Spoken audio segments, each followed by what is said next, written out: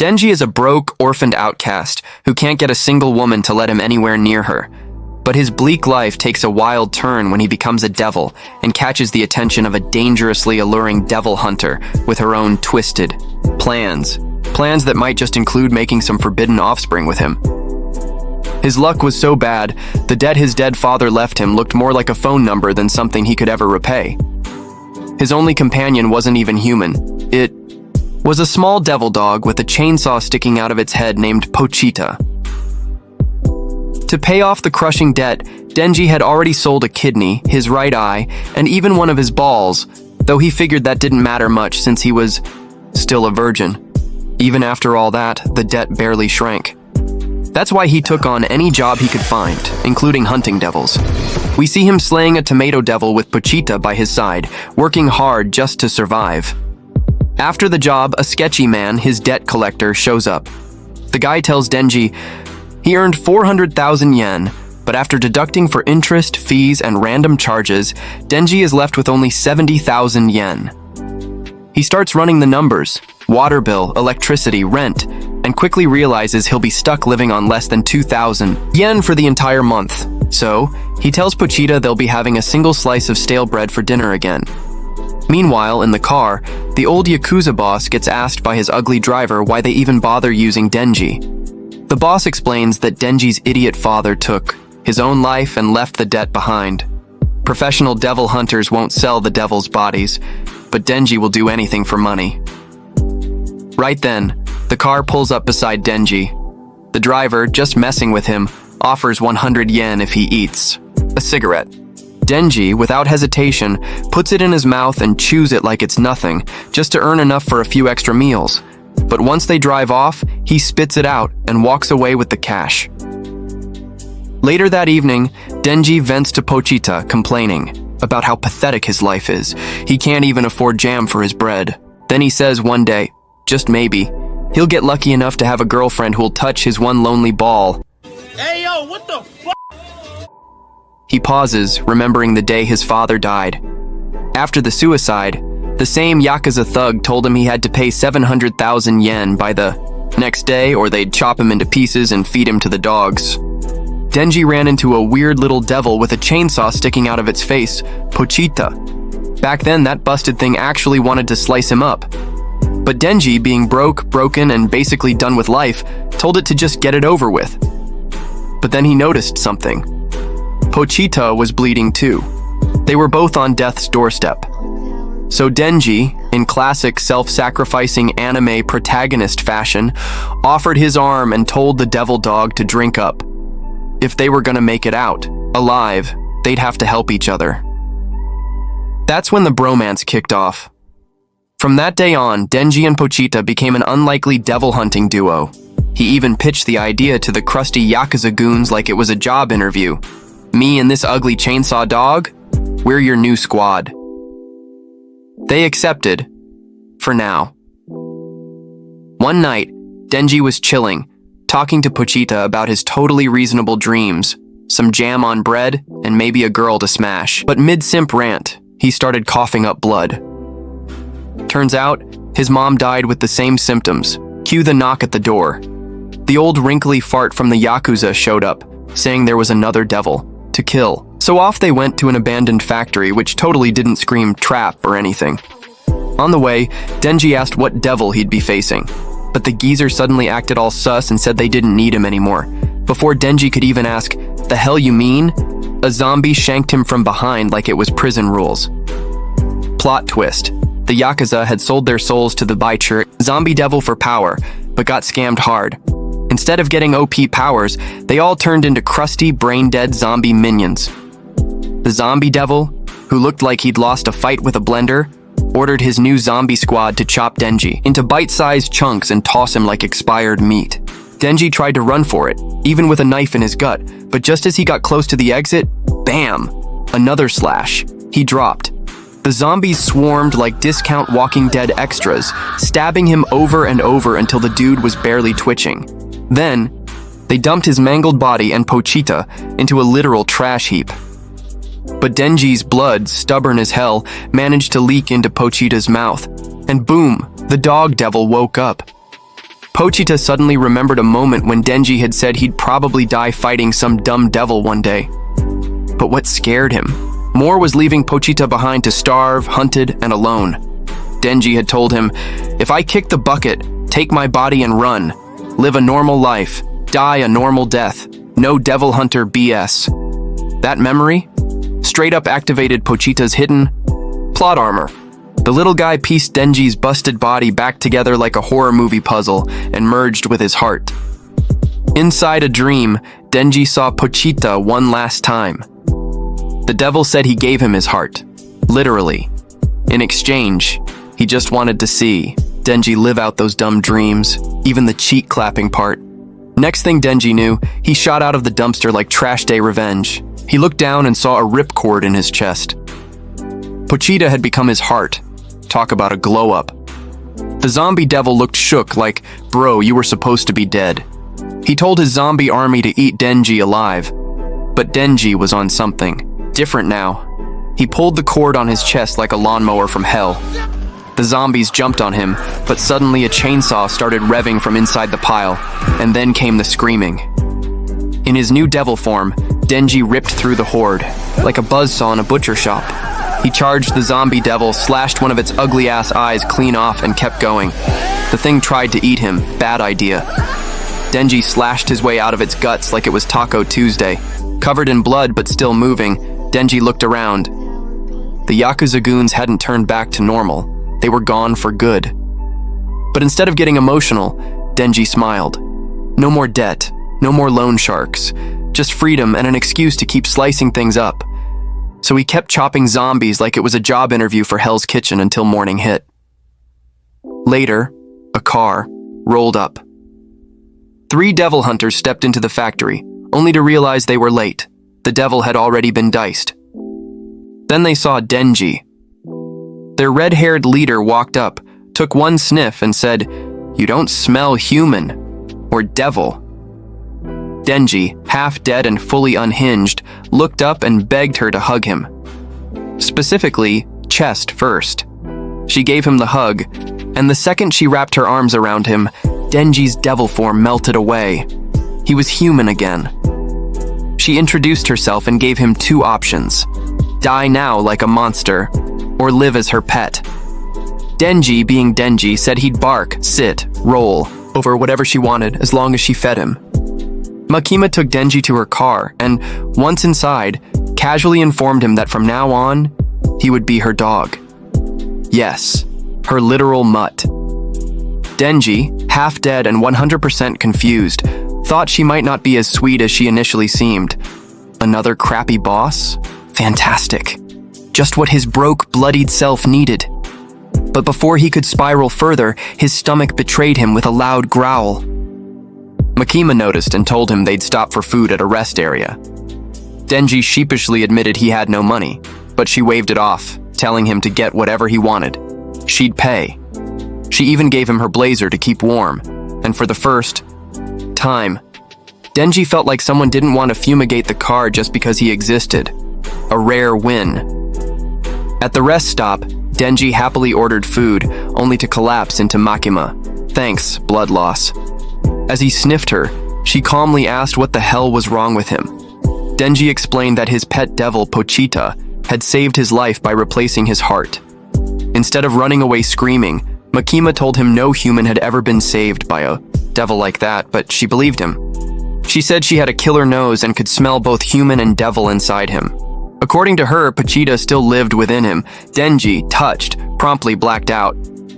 He later woke up with his head on Makima's lap. Wow. Oh, God. You lucky bitch. He jumped up, hungry and dazed. Makima asked if he could eat by himself. Like a true helpless Sigma, Denji replied, "Nope."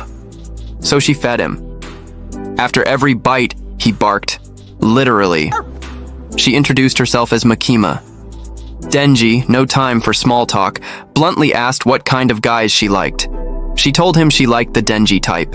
That's so cute! It's adorable! The man processed it like a Windows 98 PC and realized he might actually have a shot at clapping her cheeks. I'm gonna tell him. Don't you dare. Makima then took him to the Devil Hunter HQ. While she gave him the grand tour, Denji was too busy fantasizing about jiggling her jugs. Priorities. She handed him a uniform and introduced him to a senior devil hunter with a pointy ponytail, Aki, who'd be his partner. Denji was instantly disappointed. He wanted to work beside Makima's sweet, sweet presence. When Aki tried to drag him off, Denji refused until Makima reassured him that if he worked hard, they'd get to team up again. Stop the cap!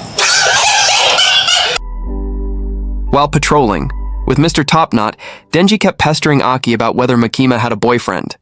Aki, not impressed, dragged him into an alley and started swinging. He told Denji that unless he had the right motivation, he should quit. The devil hunting life wasn't for simps with pipe dreams of booty. Denji proudly declared his motivation was indeed Makima's sweet, sweet behind. Aki threw a cigarette at him, spit and all, threatening to tell Makima he ran away in fear. Denji responded with a classic, a full-force kick to Aki's family jewels. He explained that after how Makima treated him, he didn't mind dying if it meant living this new life. Aki called him a loser unworthy of Makima. Denji kicked him again, claiming Makima's cheeks were his to conquer. Legendary. Aki lay unconscious. When Denji returned, he told Makima that a nut devil attacked. Wait, what? Aki stumbled in afterward and ratted Denji out. Makima, unfazed, ordered Denji to join Aki's team. Aki asked what Denji was, and Makima explained he was a special case, a human who could turn into a devil. If Denji ever tried to quit, he'd be treated like a threat. Denji nervously asked what that meant. She clarified, he'd be hunted like any other devil. So yeah, no quitting. Later, Aki took Denji to his place. When Denji asked if Makima was a bad person, Aki was offended. She had saved his life. Denji, reassured, whispered to himself that he wanted to hug her again. Aki, jealous, didn't take it well. Denji settled in like a raccoon discovering indoor plumbing, jam on bread, toilet paper. Civilization was wild. During a patrol, they got called about a fiend in a house. Denji, clueless, asked what that was. Aki explained a fiend is when a devil hijacks a human body. Denji wondered if he was one too, but Aki said real fiends looked like their heads had been clapped by a truck. They found the fiend. Aki told Denji to use his powers. Denji just chopped the guy with an axe, mercifully. He said he related to fiends, like a tragic anime boy. Aki, stone-faced, told him devils were all evil and deserved no mercy. His family had died because of one. Denji said he'd like to befriend them. He never had friends. Aki, disappointed, walked off. Denji stayed to loot the fiend's porn mags. Research, obviously. Yeah, okay. He reflected on Pochita's wish for him to live a good life. He had food, a roof, and a lady boss who talked to him. But something was still missing. Then it hit him. Jugs. He needed to touch some jugs. Really? Wow. And with a job and proximity to Makima, that dream didn't seem so far-fetched.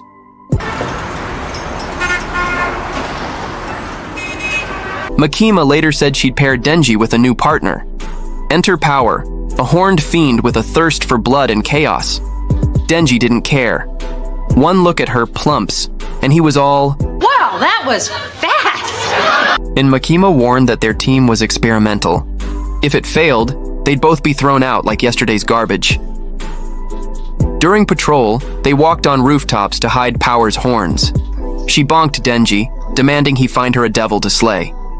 Meanwhile, Denji's brain was busy drawing blueprints for her jugs. Cops showed up, but Denji flashed his ID like a boss. They left. Hours passed. No devils. Power loudly claimed they were hiding from her. She had once been a feared devil, after all. Denji realized Aki probably stuck him with her, on purpose. Suddenly, Power smelled blood. She ran off and splattered a sea cucumber devil using a blood hammer. No hesitation. Just boom.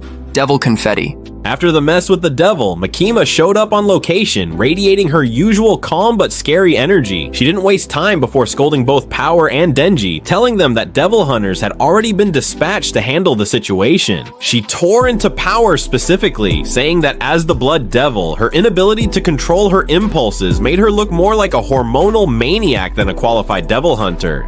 Power, like the chaotic gremlin she was, immediately panicked and threw Denji under the bus, blaming him for telling her to fight the devil in the first place. Denji, naturally offended, called her out and said she was full of crap, that she jumped in on her own. Makima watched their loser argument unfold. With that dead-eyed expression of hers, then coldly told them to shut up. Power, to Denji's surprise, actually obeyed instantly. That creepy obedience gave him chills. Later, while Denji was grabbing some drinks, probably to cool his dumb brain down, Power joined him. Denji told her that, believe it or not, he actually liked his new life and didn't want to lose it because she refused to be a decent team player.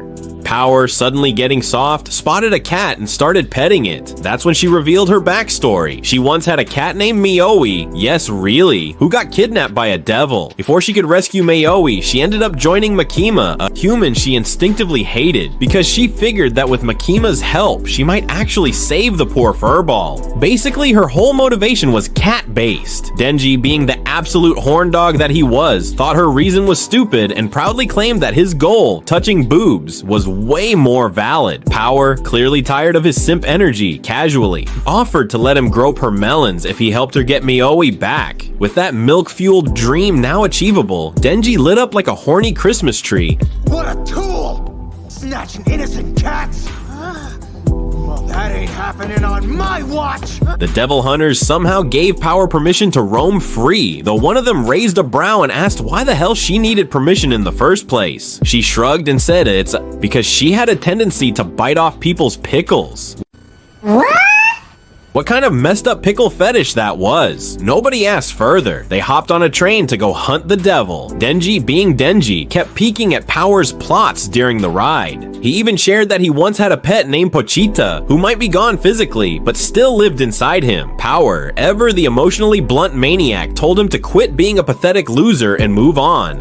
Denji swore right there and then he would never clap her. Meanwhile, Makima was busy reporting to the higher-ups. They wanted a status update on her new recruits. She calmly reported that Denji and Power were definitely weirdos, but the kind of weirdos she might actually find useful in the future. On her way home, her assistant Aki expressed his disgust with Denji, asking what she even saw in him. Spilling her coffee, Makima explained that devils are named after what people fear, and the more feared the name, the stronger the devil. For example, a coffee devil would be a joke, but a truck devil would be nightmare fuel, because no one wants to get isekai'd by a 10-wheeler. With Denji being able to turn into the chainsaw devil, Makima saw great potential in him. Probably not the type you'd bring home to mom, but still a useful meat saw. Back with Denji and Power, they finally reached an old abandoned house. Power claimed the devil was hiding in there with Mioi, but Denji, in a rare moment of using his brain, realized something was fishy and asked why she would walk into a trap knowing the cat could be used as a hostage. Power suddenly remembered she was the untrustworthy type, knocked Denji out cold with a whack to the head, and muttered how easy it was to manipulate him using her jux. Congratulations, you played yourself. She dragged his unconscious body inside like a sack of regret and offered him up to the Bat Devil, a big, ugly flying freak with a severed arm. This devil grumbled about how humans had taken his arm and announced he'd slurp Denji's blood like a Capri Sun to grow it back. He squeezed Denji like a stress ball and drank the blood, only to immediately gag because it tasted like dumpster juice. He got cooked! He got cooked! Repulsive! With his arm restored, the Bat Devil planned to chow down on more humans. Denji, barely alive, remembered what Aki had told him about never trusting devils. Power, standing over his drained body, laughed at how easily he fell for her stupid story. The Bat Devil, now staring down at the city, commented that while adult humans tasted nasty, kids made great appetizers. Before the feast could begin, demanded her cat back. The Bat Devil pretended to oblige, then, with no remorse, ate the cat as punishment for bringing him such cursed blood. Power froze. She remembered how she first found Mioi, planning to fatten it up and eat it. But after feeding it milk and spending time with it, the cat became her first real friend. Then this flying abomination showed up and said, "Get me a human or I'll eat the cat." Now, watching Maui vanish into the Bat Devil's gut, Power finally understood how Denji felt when he lost Pochita. A second later, the Bat Devil swallowed Power whole as well, then made a face like he just ate a raw onion, because apparently she tasted even worse. High on nasty devil energy, the Bat Devil launched into the sky to hunt some tasty kids. But then he noticed Denji hanging from his leg like a clingy backpack. As he tried to crush him again, Denji remembered when Pochita got lost and how they'd cuddled up in a shed, safe and warm.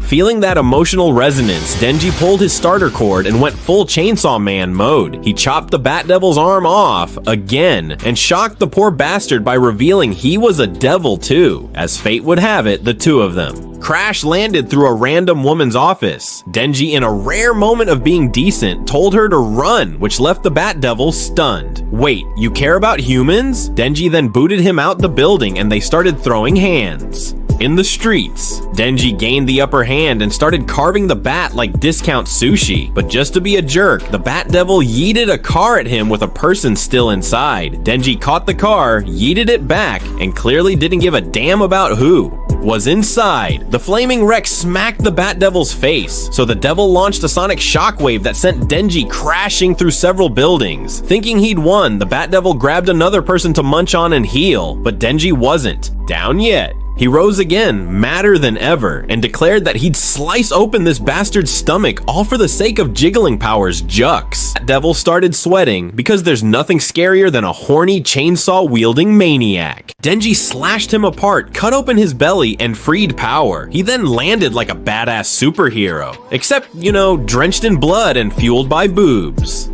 This was just part 1, and things are already getting wild, but trust me, it only gets crazier from here. Part 2 is coming up next, so make sure you stick around. You don't want to miss what happens next. And hey, don't forget to like, subscribe, and hit that bell so you don't miss it.